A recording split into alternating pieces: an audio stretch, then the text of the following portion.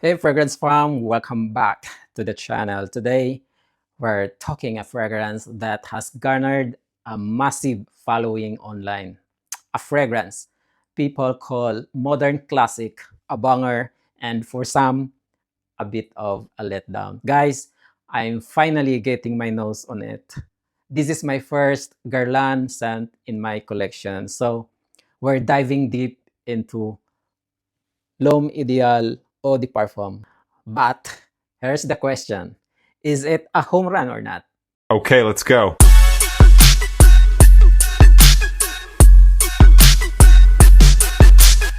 All right, let's start with the presentation. For me, the box is pretty standard. A generic cardboard box with some nice silver detailing. But the star is, of course, the bottle. In my eyes, it's absolutely gorgeous. That amber juice looks luxurious. The cup is slightly heavy and has the Guerlain logo inside and outside of the cup. Awesome, right? Look at the atomizer, guys. That's a signature touch. The atomizer top has a Guerlain logo as well. It feels high quality and it sprays a fine even mist. A nice kickoff. Ah, time for good stuff. When you first spray it on, immediately you get a combination of couple of notes which make it very unique and really make it stand out. And those two notes are almond and cherry. Yes, right off the bat, it's one of the most beautiful openings I've experienced. I definitely pick up that authentic cherry note, but it's not medicinal or like candy. It's a dark, almost liquor-like black cherry with a slight hardness. It captures your nose right away. Paired with it is this creamy, slightly powdery almond. Think marzipan, but not overly sweet. The almond gives it this creamy, nutty texture. The cherry gives it this kind of sour fruitiness, but there's more.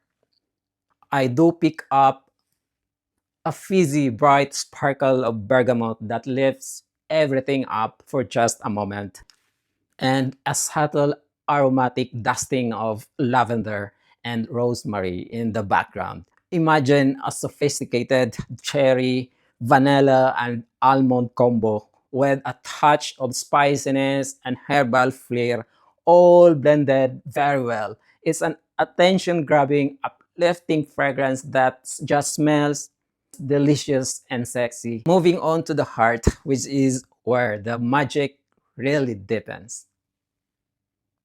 The cherry and almond remain the big players, creating that intoxicating trail, but they start to meld seamlessly with the supporting cast. The vanilla from the base begins to come through, warming up or rounding out the lower edges of the cherry, turning it into something creamier and more gourmand.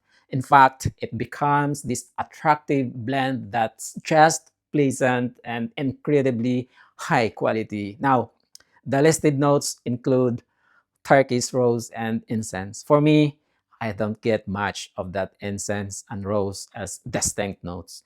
Instead, I definitely pick up a general floral impression and a dry, smoky texture they might be hiding in the background, adding a crucial depth and preventing it from being a simple gourmand. The one important thing here, and it's masterful, is the leather in here is more refined.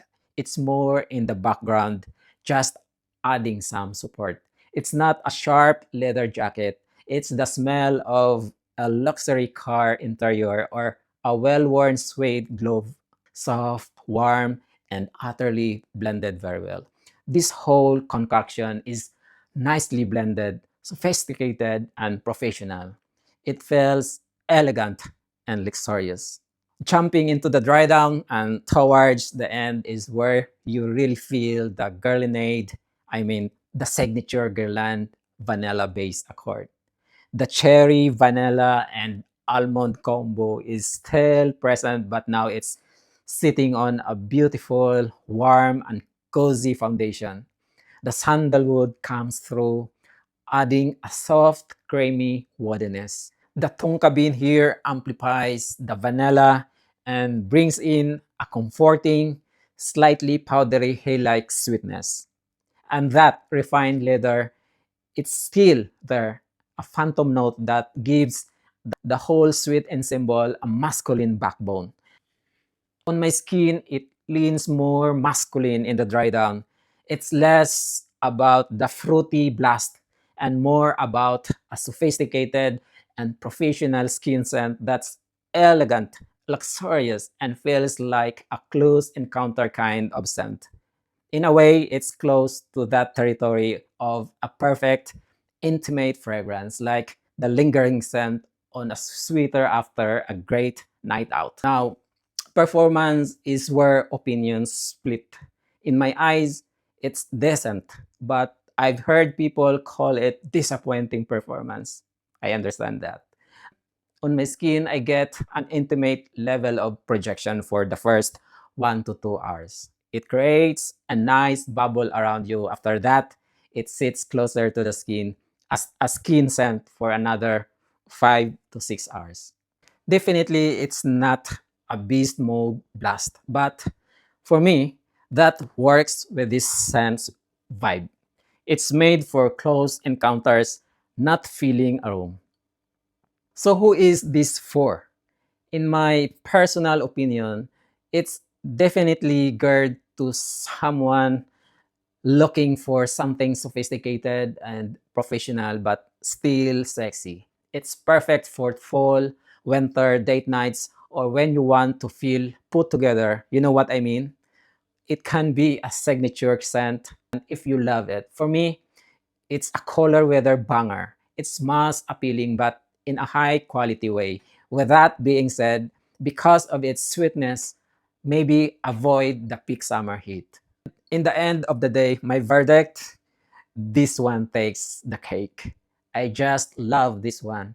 The opening is unparalleled for a cherry almond fragrance. It's a no-brainer for me. Is it worth it? One way or the other. If you appreciate beautiful, high quality blends, you will not be disappointed. The scent is absolutely 10 out of 10 for me. Well, the performance is 7 out of 10. With that being said, for the right price, it's absolutely worth it. It's a home run from the two perfumers behind it, Thierry Wasser and Jelk. Correct me if I pronounce it wrong. This one takes the cake in its genre. So that's my take on L'Homme Ideal Eau de Parfum. What's yours? Do you think it's a masterpiece or an overrated?